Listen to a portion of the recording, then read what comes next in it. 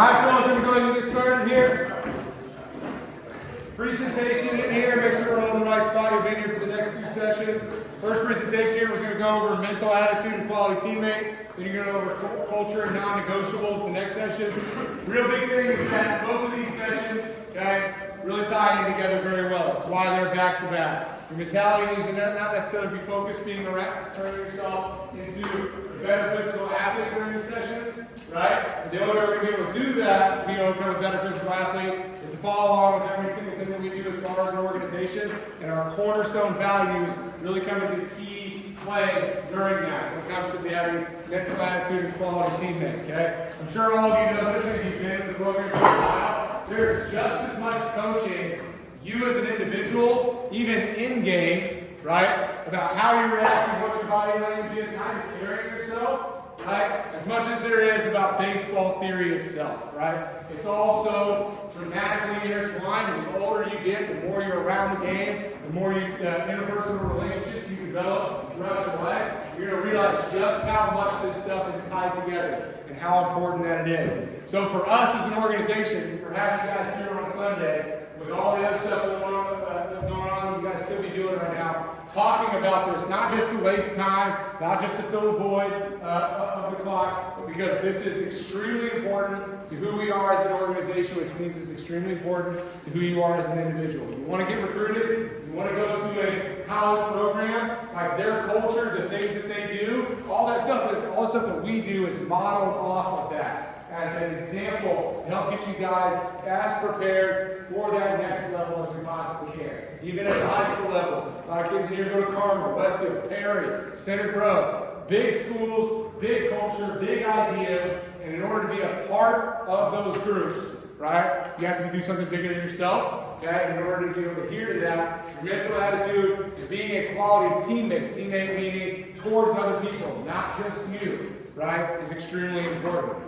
So we're going to go over some key points here. Okay? How to carry yourself on and off the field. Your attitude can shift the entire mood of a team. So what you do matters. Act in a way that you would want your teammates to act. We can all think of times where we've done that well. We can all think of times where we've fallen short. Okay? If you've ever been coached by me, especially not necessarily just in lessons, but like obviously in a team environment, okay? One big key thing that you hear me preach about on a regular basis is the question that you need to be asking yourself every single game, every single practice, every single lesson, every single moment of your life, right? Is how am I insufficient and how can I rectify it, right?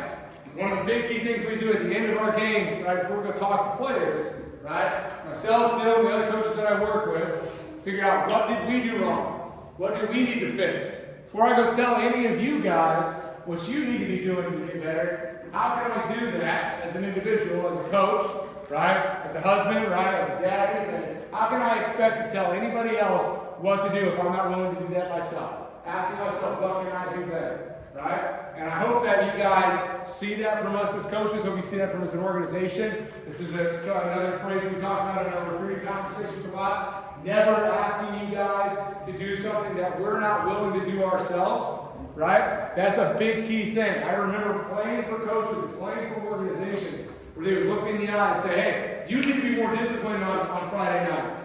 You need to be doing more for yourself so you're better for your team, that way we're more successful. You got to do better. And in the back of my mind, thinking there's no way this dude's doing the exact same thing, right? Now, you cannot be pointing your fingers as individuals at others that often, right? We're judging others, we're judging ourselves. That's the idea of it, right? What you do matters, right? Not what somebody else does. Doesn't matter how bad the umpire was. Doesn't matter if your pitcher didn't throw strikes, right? Doesn't matter if your BP guy, your PBR event wasn't that good, whatever, right? How can I do better? That's the idea. If you're always focused on that idea, right, we're going to be better as individuals, we're going to be better as a group. Okay, so act in that way. That's the idea. How we carry ourselves matters. Okay? Alright? So we're going to create some expectations here, guys. Some expectations not just for your team, but for the organization. If you've a lot of these you've heard before, we're going to talk about why they're important.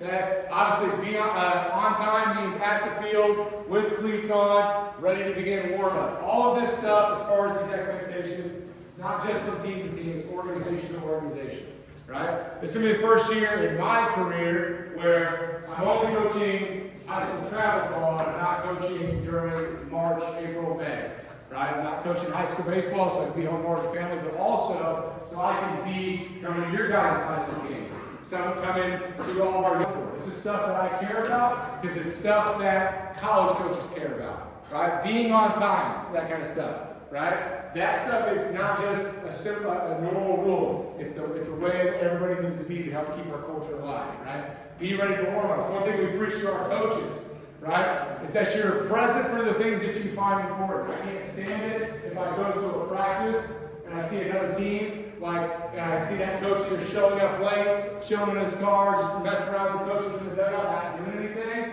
How can I expect you, or how do we expect you guys as a group to take your warm-up seriously if we're not present for those things?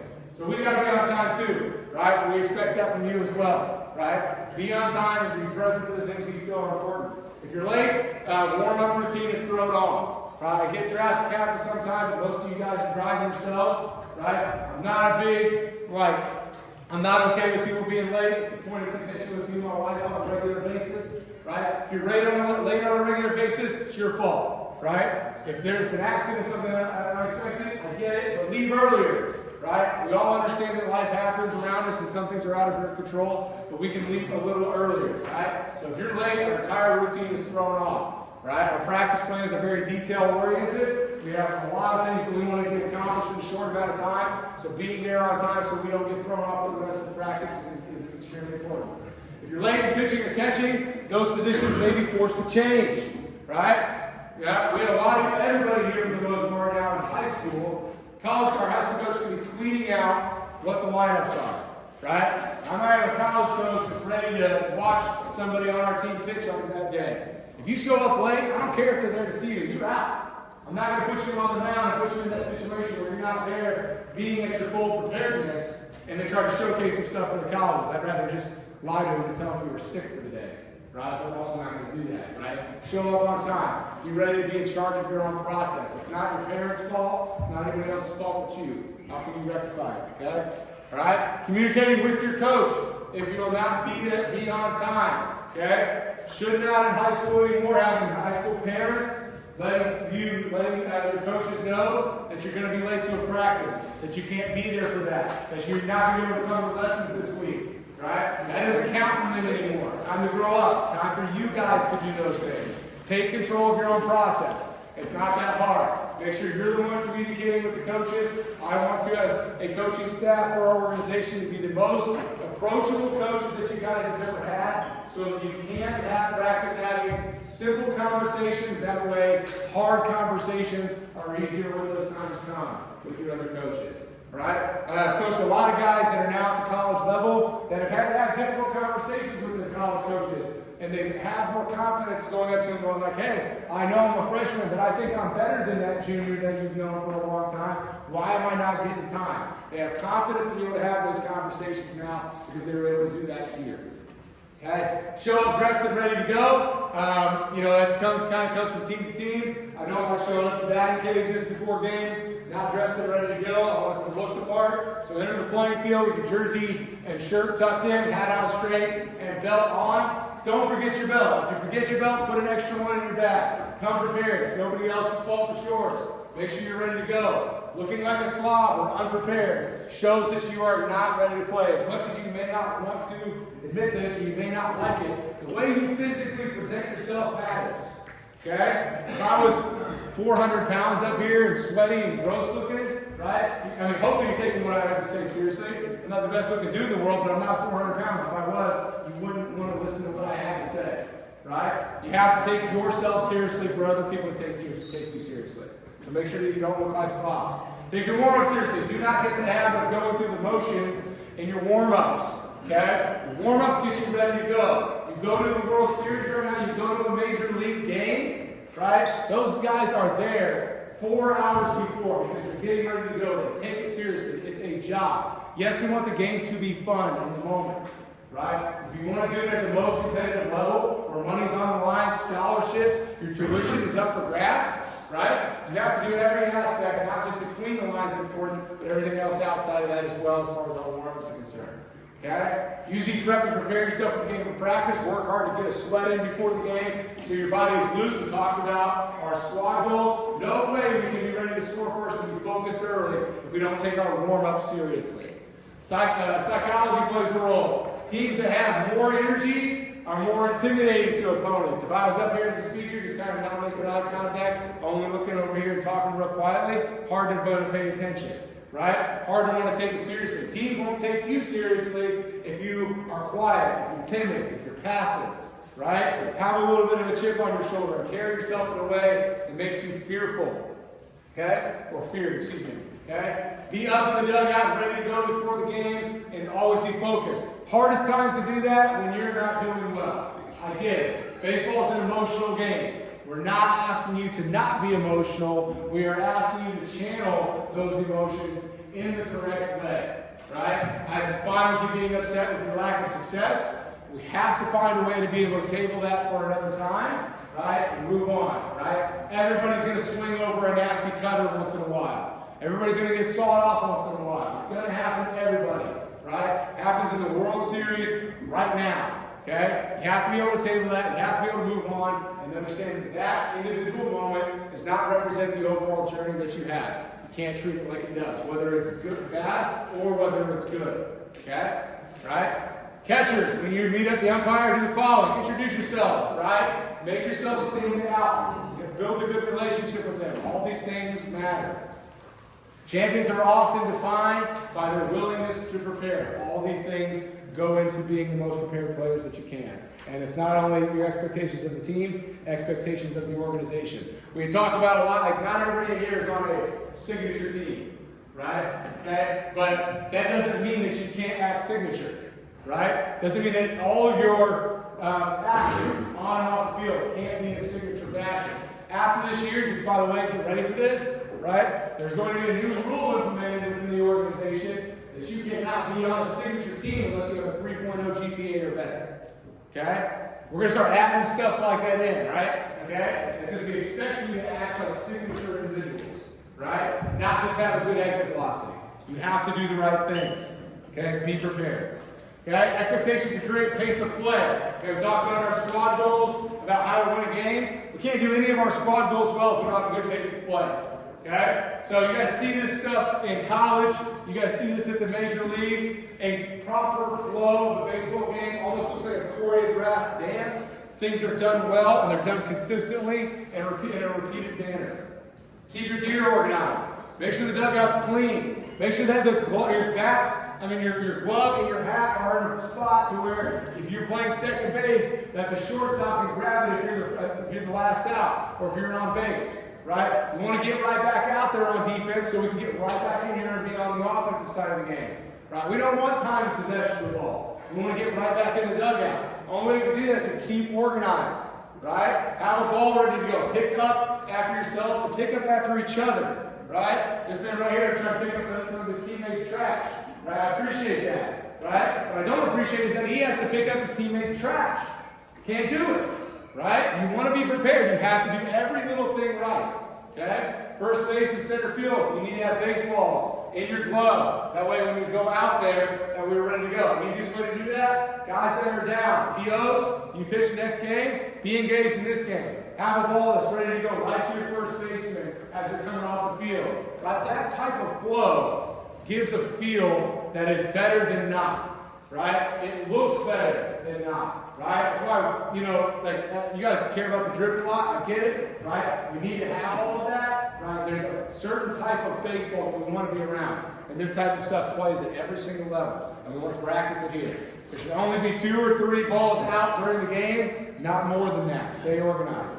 Pace of play expectations part 2. Last out at the plate, the bases, drop your stuff. At the plate, we're on the bases. Coaches and teammates will come get it, but we need people from the dugouts as we're hustling out, carrying that stuff out to them, and we're ready to go. No reason that somebody that was out on the bases, or the last out of the inning, you have to go back to the dugout for their stuff unless it's the catcher, or unless they're a pitcher and they don't want to talk to anybody. Okay? Everybody else needs to be taken care of. Body language. huge key piece. Again, as I said before, not asking you to not be emotional, asking you to channel in the right way. Right? I'm guilty of it too. I have bad body language when I'm losing sometimes, but I need to do better myself to make sure that gets better. We need to make sure that, even as a coach, oftentimes I'm running into the third base coach's box, and it's hard to have, it's impossible to have bad body language if we're sprinting out to our positions. Okay? Outfielders, it's huge for you guys. You have the longest way to go. You struck out in the second out of the inning, you go back to the dugout, and you are actually in charge of getting your stuff, right? Don't really want to sprint out there, but you need to. You need to, okay? And we don't have bad body language. It's impossible to have bad language if we're on a dead sprint. So we are harping on these things. Don't be the player that the coach makes you come back to the sideline and sprint back out there because you didn't do it for the first time. Okay? Pace play expectations as well. Run all the way through first base. Close play, pop up, line outs, doesn't matter. Always get to first base. Don't be the guy that hits a routine fly ball to center field that's caught 99% of the time, but is standing on first base on the 1% of the time that it's dropped. Be on second base. Be there. Okay? Like I said, you don't have to get that hit to be recruitable. Right? If you show the fact that you can get to second base in, 7 seconds, even on a fly ball, you're going to get recruited. Okay? Snap it around in the infield. Look good, feel good. Show off. Right? Beat the other team by that. Right? Do those things well. Right? And give your pitcher confidence. It's going to help also keep you engaged. Say your pitcher's dealing, you haven't had a ball hit to you all game, but they at second base, but the only time you're touching the ball is when we're throwing it around. Throw it around with some intensity. That way, when it is a one-run ball game in the 7th inning and the leadoff hitter hits a ground ball to you at second base, you don't boot it because you can stand around the entire time. That's why we do those things. That's why guys at Vanderbilt, that's why the Diamondbacks and the Rangers right now, that's why they do those things well. It's because it helps keep them prepared. Okay? Communication is key. Team or program wide. Player to player. That's on you guys. Okay? Come up with handshakes, right? Come up with how you guys are going to celebrate after somebody scores. Right? Come up with how you're going to celebrate in the dugout after somebody hits a bomb. Right? Do those things. Be baseball players. Right? We want to guide you in baseball theory, right? But we don't want to make you robots. Right? You got to come up with that free floatness kind of on your own, right? Getting on base, waving to the dugout, come up with those types of things for each other, okay? Be a part of the baseball game, right? Carry yourself like baseball players. Players and coach, always communicating with coaches, right? There's plenty of players in here that I've had good run-ins with, plenty of players in here that we've had bad run-ins with, right? But we're in a relationship, right? It's two-way street, right? Back and forth, right? You get in an argument with your coach, you're pissed off at your coach, don't just walk off the field after the game, go up and shake his hand. Bridge that gap. And coaches are going to be told to do the exact same thing. You need to be talking to your coaches after every single game. Okay? 2-strike hitting, got on the chest with 2 strikes. We'll go over more of that in our offensive approach presentation. And then scoring a run, high fives, helmets, all those things. Make sure that we're putting together some sort of routine. Okay? Effectiveness of positive self-talk and image when you refuse it to lose. Okay? All right? What do we look at when we see this guy? We see bad body language, okay? If you are, this is somebody on the other team, what do we feel about this guy? We just defeat him. We strike a guy out, and he walks around looking like that, okay? You know you're on that guy. We don't want to be able to get the guy that's on. You've got to strike out, bad things are going to happen, but how you carry yourself matters, right? Like, what do you think this guy is going to do the next time he steps up to the plate? That guy doesn't look confident. He's not carrying himself in a way like he's a killer, right? How do you think this player's teammates feel watching him cry on the field, right? I'm not going to just be over there. We're going to try to pick you up as a teammate, but I don't expect anybody, especially at a high school level, to come over and be your therapist, right? We're all going to hit poorly from time to time, right? Nobody on the field, no coaches, nobody there is trying to care about your feelings that much. Right? We have to be men. We have to have our shoulders back. We have to stand up strong and understand that adversity is going to hit us in the face, and we have to make sure that we're ready to take the punch. Okay? Right? How do you think college coaches and scouts would feel about this guy? Right? Yes, they have guys on their teams that are emotional. Yes, they have guys on their teams that have bad language. We're all going to make mistakes in those moments. But if you're consistently this guy, we got a problem. And it's not acceptable within our organizations. Your actions affect not only yourself, but your team. Remember that before you throw your helmet, soul compel, throw it 1,000 miles an hour to first baseman, or slap the guy's hand as you're going back to the dugout after you strike out, right? All your actions matter. Make sure that you remember that. Okay? So that's why we got to have positive self-talk and image. Okay? Typical ways we show poor body language. Cry, some shoulders, we're shaking our head, drain energy, sitting on the bucket in the dugout when you're not a pitcher or a catcher, sitting by yourself and isolating yourself in the dugout. Coaches see that stuff, man. Your teammates feel that stuff. You can't be that guy, right? As hard as it is to not be that guy, you can't. And what a big piece of this is something you all need to understand now, especially as you get older. You're not just going to have high school coaches or coaches or your travel teams that are going to hold you guys accountable. I expect every single guy in here, whether or not you're the quietest one or the loudest one, to have the confidence to go up to somebody in your teammate that is isolating themselves because of their poor performance or they're unhappy, and tell them that they can't do that. And if you're the guy that's going to look that other guy in the face, that is your teammate, and tell them to get away from you, you don't belong here, and we don't want that. We don't want you if you're going to be that, right? Because we've given you this presentation, you know the effectiveness of it, you know what can happen when bad things come, right? The negativity is contagious, right? Not only in baseball, but every aspect of life. If you're a negative person, I don't want you around, right? But you have teammates that are going to try to pick you up, so you have to be able to listen to those people. You have to be able to say, you're right, because they're going to be in the exact same boat, and then now it's your responsibility when things are going well for you to be that guy that gets them off the bucket, to make sure they're not isolated, to make sure they're not left on an island, right? We all have to be able to do that. Everybody does. Okay? Positive self-talk. Look at this guy. Right? This is actually a picture of Ian Kinsler after he struck out for the second time in the game. I can't remember who was pitching against him, but look at his face. I remember Jake and I watching this game get enough snap in this picture. Right? Some sort of reaction of, hey, bro, that was a nasty splitter. You got me on that one, right? Okay? Would you rather have a sulking bad body language after that nasty splitter, or respect the fact that that's going to happen sometime, but guess what? You're not going to do it again. Right? If this guy comes up to the plate the next time, right, with this level of confidence, he's got a much better shot at it as opposed to just being pissed off, okay? Right? So how do you think this player's teammates feel watching him? Do they feel more confident? They feel better than the guy just sitting on a bucket and sulking, right? Convey your emotions in a way that the opposition, your teammates, and all watching believe that the mistake you made will not be repeated and that your confidence has not been lost. Remember that the most important play is the next one.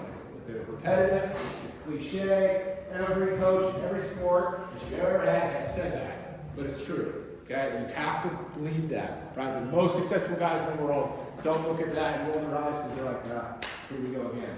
They live that, and that's why they're so successful. Okay.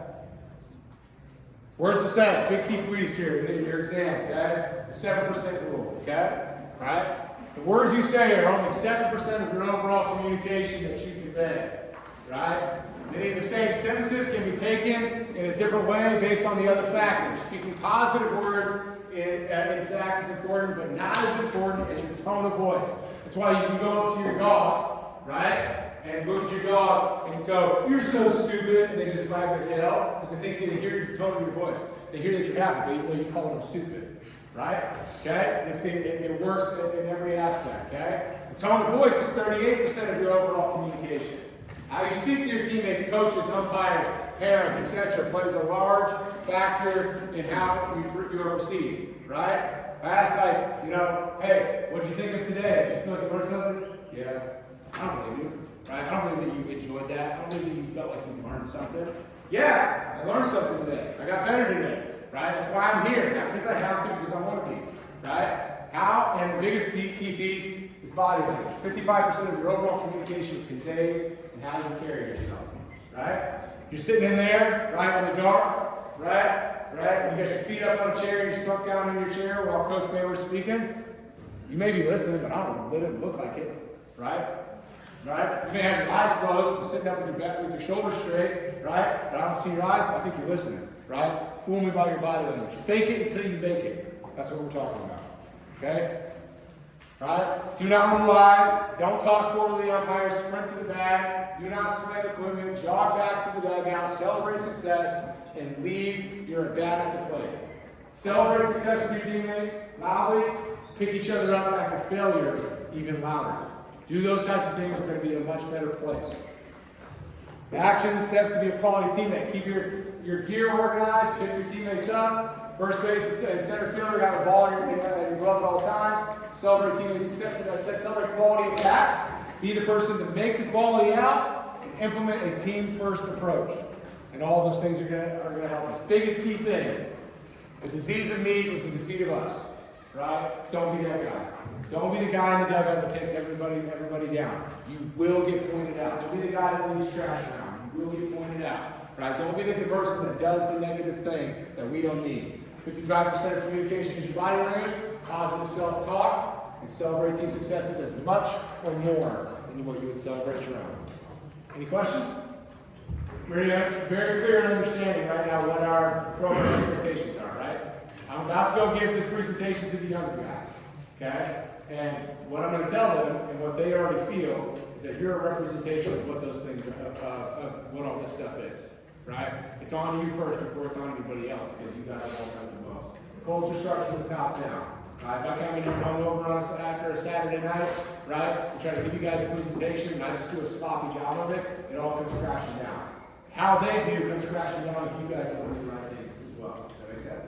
Okay, so we're going to go over culture and all of that in the next presentation as Coach Boyd comes in here. All that stuff is tied in, so appreciate you guys. You guys will be in here for the next one, and then you guys will move. I don't even know what the next one is, but that is next. I have to edit out the cuss